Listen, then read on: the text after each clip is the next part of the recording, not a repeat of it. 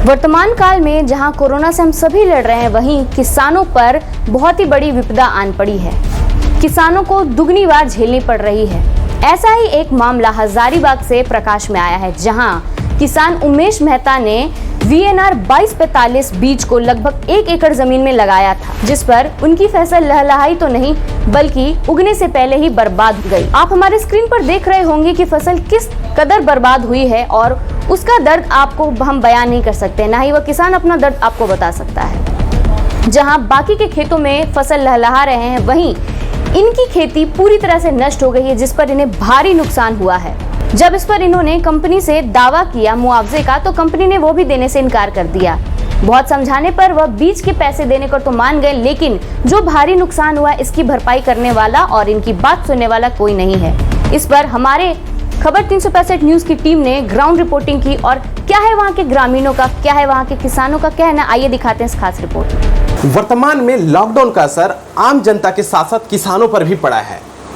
अब कुछ ऐसा ही खबर हजारीबाग जिला के एक क्षेत्र से आ रहा है, जहां पर एक किसान पर कैसे इसका विशेष असर पड़ा है, क्या कुछ उनके साथ घटना घटी है और कैसे आज वे परेशान हैं।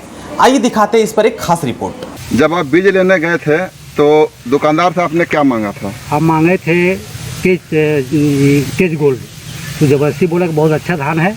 कौन सा धान अच्छा है बताया? VNR कंपनी का।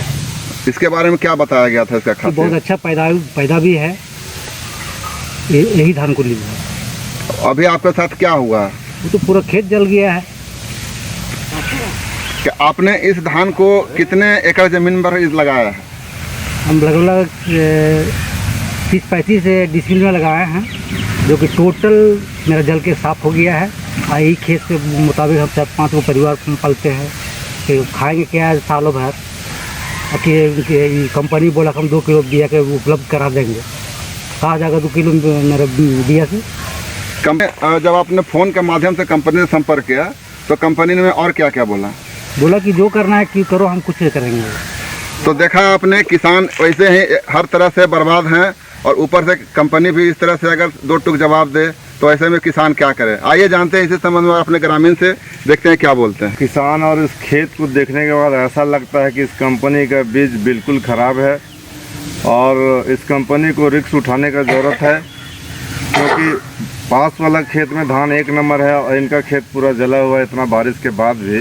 तो कहीं ना कहीं बीज में ही गलती है, जो सही तरह से पैदावार नहीं हुआ। तो आइए, जैसे कि इन्होंने कहा कि कंपनी को पूरा भरपाई करना चाहिए, इसी संबंध में हम अगले ग्रामीण से बात करते हैं। जो हमारा बहुत उस खेत को देखने को इतना दुख व्यक्त करना पड़ रहा है, उस व्यक्ति को जीवन बसर यही हिसाब से, यही खेत से गुजर बसर चल रहा था, जो आज उस खेत पर जाता है पूरे फैमिली के साथ, तो रोने सवा छोड़ कर दूसरे को उपाय न है। इसलिए जो खेत में जिस कंपनी का धान लगा है, VNR कंपनी का, उस कंपनी को हम रिक्वेस्ट करेंगे उस किसान को कुछ ना कुछ क्षतिपूर्ति आप लोग दिलाए, और न अगला बार से अगला साल से यह धान को किसी कीमत पर कोई भी किसान हमारे एरिया का हम लगाने के लिए रोकेंगे।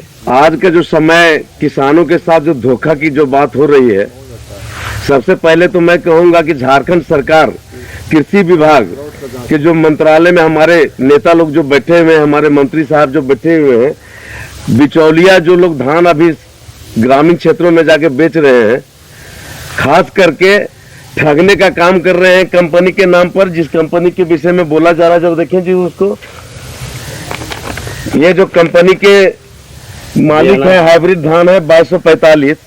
किसान भाई जो हमारे हैं ग्रामीण क्षेत्र में तो नहीं जानते हैं, बेचने के समय में उपज के नाम पर बताते हैं कि इतना उपज होगा, किसान ठगे जा रहे हैं। मैं जिले के उपायुक्त से मांग करता हूं कि ऐसे जो बिजनेस कर रहे हैं कंपनी, इस पर कार्रवाई किया जाए और किसान को जो क्षति हुआ है इसकी मुआवजा दिलाने का काम कंपनी से कराया जाए। मैं उपायुक्त महोदय से यही मांग करता हूँ। परिचय देंगे? मेरा नाम अर्जुन कुमार मेहता, जनता दल यू के प्रदेश महासचिव अर्जुन कुमार मेहता, ग्राम दरिया का रहने वाला हूँ।